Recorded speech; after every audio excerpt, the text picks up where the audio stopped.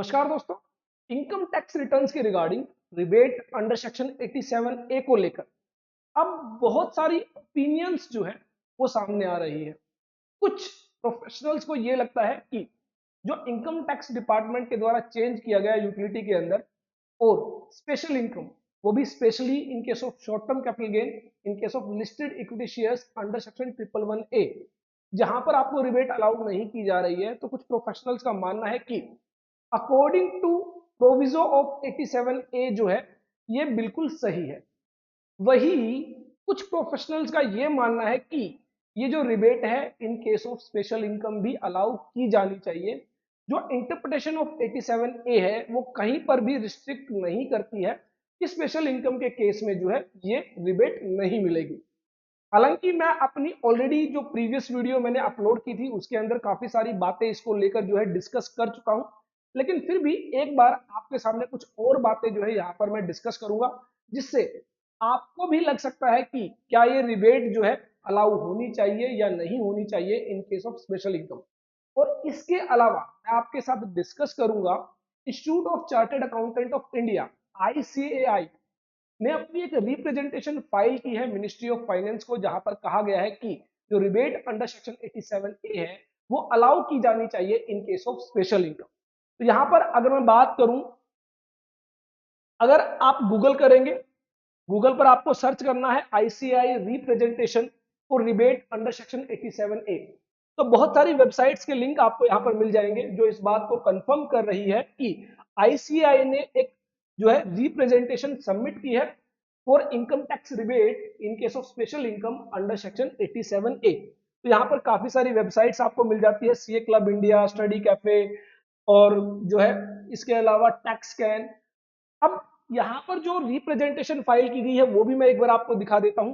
ये जो रिप्रेजेंटेशन है जिसमें रिक्वेस्ट की गई है to allow, request to allow rebate under section 87A in respect of income tax on short term capital gain chargeable under section 111A and long term capital gain chargeable under section 112।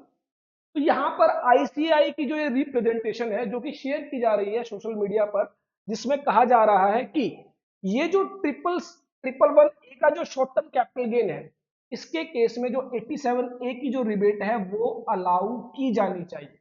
कहीं पर भी जो section 87A है या फिर section 115BAC है, वो कहीं पर भी रिस्ट्रिक्ट नहीं कर रहा है कि वो जो रिबेट है इन केस ऑफ स्पेशल इनकम नहीं मिलेगी।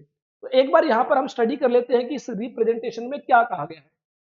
तो यहां पर कहा गया rebate under section 87A is available to a resident individual. तो यहां पर जो है रेजिडेंट इंडिविजुअल को ये जो रिबेट है अलाउ की जाती है, both under the new tax regime और under the old tax regime. तो यहां पर ओल्ड टैक्स रिजीम में आपको जो रिबेट मिलती है वो मिलती है 12,500 रुपए की, और न्यू टैक्स रिजीम में आपको मिलती है मैक्सिमम 25,000 रुपीज की।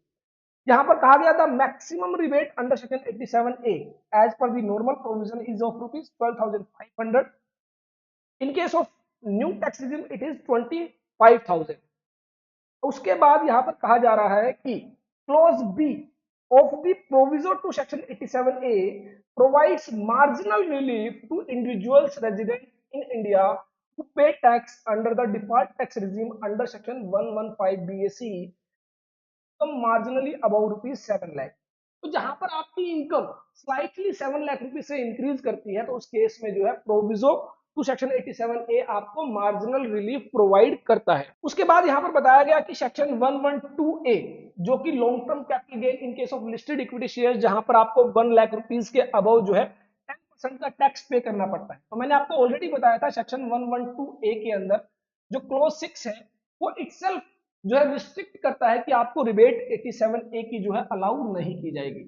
इसके अलावा कहीं पर भी किसी स्पेशल इनकम के तहत ये नहीं लिखा गया है कि आपको जो है रिबेट नहीं मिलेगी। तो यहां पर कहा गया कि section 112A levying tax 10% on long term capital gain exceeding rupees 1 lakh chargeable on transfer of equity shares on which STT paid at the time of acquisition and transfer, unit of equity oriented fund and business trust contains a restriction that rebate 87 is not allowable। ये already मैंने आपको बताया कि close 6 में already ये सब जो है मेंशन है। उसके अलावा however there is no such restriction in respect of short term capital gain on transfer of equity shares, units of equity oriented funds, business trust on which STT is paid chargeable to tax at the rate of 15% under section 111A। तो ICAI की जो representation है ये भी कहती है कि special income के केस में कोई रिस्ट्रिक्शन यहाँ पर नहीं लगाई गई है, only in case of section 112A, जहां पर वो सेक्शन इटसेल्फ रिस्ट्रिक्ट करता है रिबेट के लिए, उसके अलावा जो है और किसी स्पेशल इनकम के केस में कोई रिस्ट्रिक्शन यहाँ पर नहीं है। उसके अलावा मैं भी अपनी तरफ से जो है एक बार आपको जो सेक्शंस है वो रीड कराता हूं सो दैट कि आपको जो है समझ में आ सके। सेक्शन 87A को हमने पहले भी रीड किया, लेकिन एक बार फिर से हम यहाँ पर रीड कर लेते हैं कि प्रोवाइडेड दैट, यहाँ पर जो प्रोविजो है, provided that where the total income of the SSC is chargeable to tax under section 1A of section 115 BAC। तो जो प्रोफेशनल्स ये मान रहे हैं कि सेक्शन 115 BAC कहता है कि जो इनकम सेक्शन 115 BAC में चार्जेबल है उसी में रिबेट मिलेगी। कुछ प्रोफेशनल्स का ये मानना है कि जो स्पेशल इनकम है वो सेक्शन 115 BAC में चार्जेबल नहीं है, तो इसलिए यहाँ पर वो रिबेट नहीं मिलेगी। यहाँ पर जो पहला क्लोज है प्रोवाइजो का वो ये कहता है कि आपको जो है एक डिडक्शन दी जाएगी इनकम टैक्स के अंदर 25,000 की मैक्सिमम। और जो सेकंड प्रोविजो है वो बात करता है अगर आपकी इनकम स्लाइटली 7 लाख रुपीज को एक्सीड कर जाती है तो इन दैट सिचुएशन आपको मार्जिनल रिलीफ प्रोवाइड की जाएगी। अब सारा जो यहाँ पर बात आती है कि जो इनकम चार्जेबल है section 115 BAC sub section 1A के अंदर सिर्फ उसी में रिबेट मिलेगी, उसके अलावा रिबेट नहीं मिलेगी। और यहाँ पर प्रोफेशनल्स का मानना है कि जो स्पेशल इनकम है वो इसके अंदर फॉल नहीं करती। लेकिन अगर मैं अपनी बात करूं यहाँ पर मेरी जो इंटरप्रिटेशन है, अगर आप सेक्शन 115 BAC को रीड करते हैं तो सेक्शन 115 BAC में जो क्लोज इंसर्ट किया गया, जो सबसेक्शन इंसर्ट किया गया 1A, उस 1A के तहत बेसिकली क्या कहा गया है कि notwithstanding anything contained in this act but subject to the provisions of this chapter the income tax payable. तो बेसिकली अगर आप देखेंगे कि पूरे एक्ट को ओवरराइड कर रहा है ये सेक्शन और कहता है कि पूरे एक्ट को ओवरराइड करते हुए लेकिन इस चैप्टर को जो है फॉलो किया जाएगा। कौन सा चैप्टर? जिस चैप्टर के तहत सेक्शन 115 BAC जो है वो आता है। और इसी चैप्टर के अंदर आपका सेक्शन 112 आता है, 112A आता है और आपका 111A आता है। इट मीन ये सेक्शन अपने आप में ये कह रहा है कि जो इनकम टैक्स कैलकुलेट किया जाएगा वो सेक्शन 115 BAC में जो स्लैब्स दी गई है, ये जो स्लैब्स यहाँ पर दी गई है, इन स्लैब्स के अकॉर्डिंग जो है इनकम टैक्स कैलकुलेट किया जाएगा subject to the provision of this chapter. It means कि जो स्पेशल इनकम होगी उस पर जो है इस चैप्टर के अकॉर्डिंग ही जो है टैक्स कैलकुलेट किया जाएगा। इसका मतलब सेक्शन 115 BAC इटसेल्फ ये बता रहा है कि नॉर्मल इनकम पर आपको जो है स्लैब रेट के अकॉर्डिंग टैक्स निकालना है। कौन सी स्लैब रेट? जो सेक्शन 115 BAC में बताई गई है। और सेक्शन 115 BAC ही बताता है कि स्पेशल इनकम पर जो है आपको इस चैप्टर के अकॉर्डिंग टैक्स कैलकुलेट करना है। तो इसका मतलब दोनों तरह की इनकम, चाहे वो स्पेशल इनकम है चाहे वो नॉर्मल इनकम है, दोनों पर ही जो टैक्स है वो सेक्शन 115 BAC के अकॉर्डिंग लगाया जाएगा। फर्क सिर्फ इतना है कि जो स्पेशल इनकम है उसके केस में कोई अलग से रेट नहीं बताई गई, वहां पर सिर्फ ये कह दिया गया कि इस चैप्टर में जो टैक्सेशन बताया गया है वो हम स्पेशल इनकम पर ऐसे का ही ऐसे रखेंगे। उसके अलावा जो होगा उस पर जो है सेक्शन 115 BAC में जो स्लैब रेट्स दी गई है वो जो है एप्लीकेबल होंगी। इट मींस दोनों ही इनकम सेक्शन 115 BAC के अकॉर्डिंग टैक्स की जाएगी। तो मेरे अकॉर्डिंग जो ये प्रोफेशनल ये मानते हैं कि सेक्शन 115 BAC सिर्फ नॉर्मल इनकम को कवर करता है, शायद वो इंटरप्रिटेशन उतनी सही नहीं है। कहीं ना कहीं स्पेशल इनकम पर भी जो टैक्स है वो सेक्शन 115 BAC में ही बताया गया है कि उस पर जो टैक्स कैलकुलेट होगा वो टैक्स कैलकुलेट होगा according to this chapter, according to the provisions of this chapter. और उस चैप्टर के अंदर आपकी सभी स्पेशल इनकम यहाँ पर कवर होती है। तो मेरे अकॉर्डिंग मेरी जो इंटरप्रिटेशन है उसके अकॉर्डिंग जो है आपको स्पेशल इनकम के केस में भी rebate under section 87A allow की जानी चाहिए।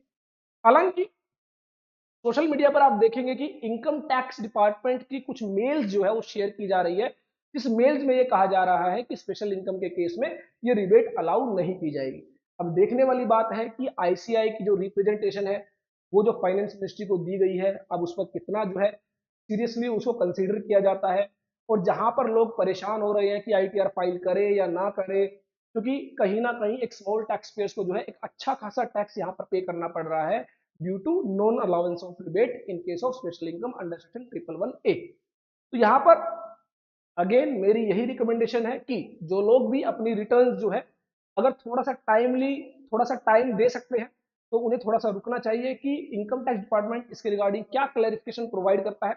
और जिन लोगों को लगता है कि वो जो है एक टाइम लिमिट के बाद जो है इसको डिले नहीं कर सकते, उन्हें फाइल ही करना है, तो ऐसे में वो अपना टैक्स पे कर सकते हैं। और जैसे ही अगर कोई फेवरेबल डिसीजन आता है इन केस ऑफ टैक्स पेयर तो वो अपनी रिटर्न्स को रिवाइज कर सकते हैं। तो आई होप मेरी ये वीडियो आपके लिए यूजफुल होगी और शायद आपको अच्छे से समझ में आया होगा इस रिबेट को लेकर क्यों इतना जो है क्यों इतनी जो परेशानी है वो हो रही है लोगों को। और जो प्रोफेशनल्स ये मान रहे हैं कि जो है रिबेट अलाउ नहीं होनी चाहिए वो क्यों मान रहे हैं, और जो प्रोफेशनल्स ये मान रहे हैं कि रिबेट अलाउ होनी चाहिए वो ऐसा क्यों मान रहे हैं। दोनों ही इंटरप्रिटेशन मैंने आपके सामने रख दिया। अब आप इसके बारे में क्या कहते हैं, आपको क्या लगता है कि रिबेट मिलनी चाहिए या नहीं मिलनी चाहिए, कमेंट बॉक्स में जरूर हमें बताइएगा। आई होप मेरी ये वीडियो आपके लिए यूजफुल होगी। देखते रहिए, लाइक करते रहिए हमारे YouTube channel all about taxes को। और अगर आप सीखना चाहते हैं income tax, GST, TDS, ESIC, EPF, तो ऐसे में आप विजिट कर सकते हैं हमारी वेबसाइट www.allabouttaxes.in, जहां पर बहुत सारे अच्छे कोर्सेज आपको मिल जाते हैं regarding income tax, GST, TDS, ESIC, EPF. फिर मिलेंगे एक नई वीडियो के साथ। देखते रहिए, लाइक करते रहिए हमारे YouTube channel all about tax.